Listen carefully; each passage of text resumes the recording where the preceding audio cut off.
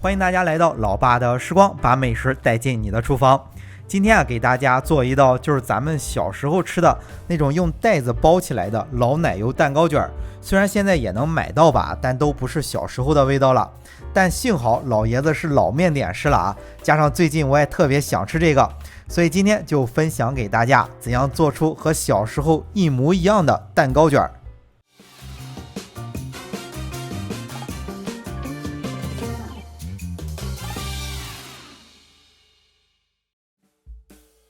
那这款蛋糕是全蛋的做法，直接在碗中打入5个鸡蛋，大约每个60克。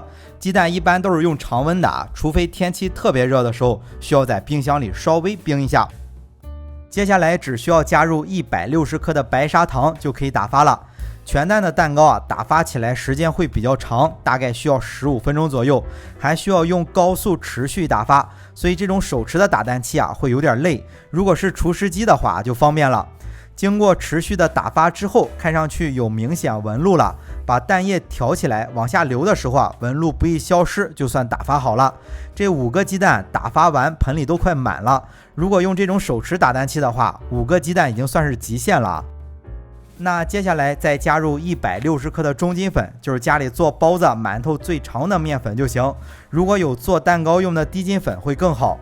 加入面粉之后用抄底翻拌的方式翻拌均匀，速度稍微快一点，不要搅拌，不然打发起来的鸡蛋很容易消泡的，所以做起来还是有一点点技术要求的。不过有一种做蛋糕的材料叫 SP 蛋糕油，可以让打发出来的蛋白超级稳定的，能大大降低做蛋糕的难度。放了之后加入面粉的时候随便搅拌都不会消泡的。如果是刚开始做蛋糕的朋友可以买上一小罐备用。那加入面粉翻拌均匀之后，直接倒在烤盘里，烤盘下面记着垫上一张烘焙用的硅油纸，方便烤好之后取出来。烤盘的大小是45厘米乘30厘米的，只要是差不多大小的都行。辅助找平之后直接送入烤箱，烤箱记得提前把温度预热好。那烤箱的温度设定是以80升的烤箱为例，把上下都预热到180度，放在烤箱的中层烤8分钟左右就行啊。做蛋糕卷的话不能烤得太老，烤得稍微浅一点，只要烤熟了就行。烤好之后再盖上一张烘焙纸，自然放凉就行了。那趁着放凉的时间再来做一点白脱奶油，味道很接近咱们小时候吃的那种是60克的水，160克的白砂糖，都加热到锅中，开小火加热，辅助搅拌到白糖融化。这种奶油的做法会稍微难一点，需要同时操作。糖水在加热的时候在右边的杯子里打入2个蛋白，不要混入蛋黄，再加入20克的白砂糖，挤入几滴柠檬汁或加入几滴白醋。准备好后不着急，等糖水煮开了再打发。等糖水煮到刚开始冒泡的时候就打发蛋白，就和做蛋糕一样，不过蛋白打发的要稍微硬一点，大概2分钟的时间吧，把蛋白打到硬性发泡有这种尖峰状。那蛋白打好之后再测一下糖水的温度，只要煮到115度到120度之间就行。接着就慢慢的把糖水加入到蛋白中，边加入边用中速搅拌，热的糖水还能起到杀菌的作用，但要注意要慢慢的加入，不要一下都倒进去。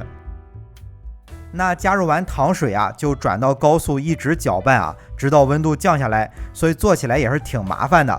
但是要注意屋子里不能太热，如果是夏天的话得把空调开得稍微低一些，或者是把杯子放在冰水里。等蛋白打到很硬的状态，摸上去也没有什么温度了就分2到3次吧，加入100到150克的黄油，多加一点黄油吃起来会更丝滑。如果蛋白的温度没有降下来加入黄油的时候一打就会变得很稀的。这种奶油呢比直接打发的要好吃很多，不过就是太甜了像我这种比较能吃甜的都觉得有点甜，就和马卡龙夹心饼干的甜度差不多。想吃这一口的可以试一下，图方便的就直接打点奶油就行。加入完黄油打发好了就放在冰箱里保存着。等蛋糕卷放凉了之后撕掉下面的油脂，处理一下边角，抹上奶油卷起来就行了。不过这种全蛋的做法烤得稍微老一点，一卷就开裂。如果是刚开始做轻微的开裂是属于正常的，后面做上几次温度把控好了就不开裂了。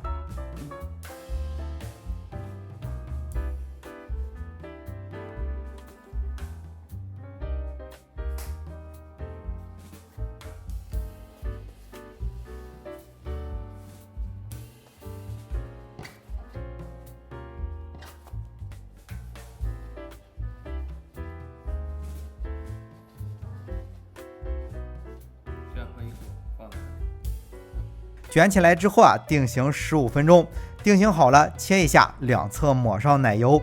咱们小时候都是用一个袋子包起来的，所以咱们抹上奶油之后也用袋子包起来，是不是就和小时候的一模一样了？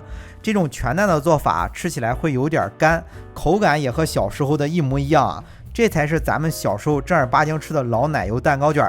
好了，为了方便大家去记视频中所需要的材料，视频下方的备注栏或留言区有文字版的配料，有问题可以在留言区留言。大家如果喜欢老爸做的美食，记得帮忙关注点个赞，谢谢大家。